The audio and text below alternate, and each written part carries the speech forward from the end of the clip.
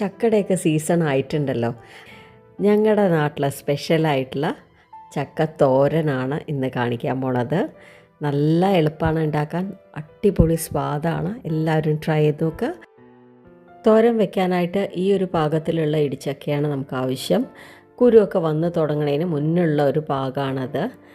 അപ്പോൾ കണ്ടില്ലേ, കുരുവൊന്നും വന്നിട്ടില്ല. ഇനി ഇത് തോലൊക്കെ കളഞ്ഞ് അതിൻ്റെ മൂക്കൊക്കെ കളഞ്ഞ് ഈ ഒരു വലിപ്പത്തിൽ വേണം മുറിച്ചെടുക്കാനായിട്ട്. കഷ്ണങ്ങൾ നന്നായിട്ട് കഴുകിയെടുത്ത ശേഷം ഒരു പാത്രത്തിൽ കുറച്ച് വെള്ളം ഒഴിച്ചു കൊടുത്തിട്ടുണ്ട്.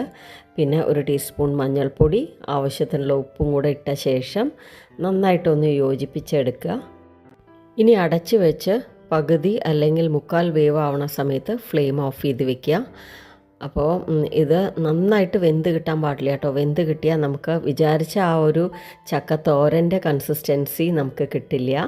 അപ്പോൾ നല്ല ഒട്ടാതെ പൊലുപൊലാന്നുണ്ടാവണം കേട്ടോ. അപ്പോൾ ഇതാ ഞാൻ അതുപോലെ വേവിച്ചെടുത്തിട്ടുണ്ട്. ഇനി ഇത് നന്നായിട്ട് ആറിയ ശേഷം ഇതിലെ വെള്ളമൊക്കെ മാറ്റിയിട്ട് മിക്സിയുടെ ചെറിയ ജാറിൽ 5-6 കഷ്ണങ്ങൾ വീതം ഇട്ടിട്ട് ജസ്റ്റ് ഒന്ന് രണ്ട് തവണ പൾസ് ചെയ്ത് എടുത്താൽ മതി. അപ്പോൾ ഈ ഒരു രീതിക്ക് കിട്ടും കേട്ടോ. കണ്ടില്ലേ? അപ്പോൾ എല്ലാം ഞാൻ അതുപോലെ എടുത്ത് വെച്ചിട്ടുണ്ട്. ഇനി നമുക്ക് തോരൻ ഉണ്ടാക്കാനായിട്ട് തുടങ്ങാം.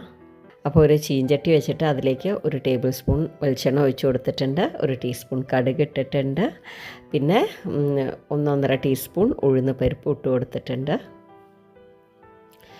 5-6 കപ്പലമുളക്, കുറച്ച് കറിവേപ്പിലയും കൂടെ ഇട്ടിട്ട് നന്നായിട്ടൊന്ന് സോട്ട് ചെയ്തെടുക്കുക. അപ്പോൾ ഉപ്പ് നോക്കിയപ്പോൾ ചക്ക കഷ്ണത്തിൽ കുറച്ച് കുറവായിരുന്നു, അതും കൂടെ ഞാനിവിടെ ചേർക്കണ്ട കേട്ടോ, അല്ലെങ്കിൽ പിന്നെ ഇടാൻ ബുദ്ധിമുട്ടായിരിക്കും.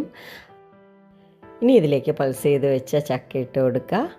പിന്നെ 1/2 കപ്പ് തേങ്ങ കൂടെ ഇട്ട് കൊടുക്കേണ്ടത്. എല്ലാം കൂടെ നന്നായിട്ടൊന്ന് യോജിപ്പിച്ചെടുത്താൽ നമ്മുടെ സൂപ്പർ ടേസ്റ്റി ആയിട്ടുള്ള ചക്കത്തോരൻ റെഡിയായി. അപ്പോൾ ഈ രീതിയിൽ വെച്ച് നോക്കാത്തവർ ഉറപ്പായിട്ട് വെച്ച് നോക്കണം കേട്ടോ.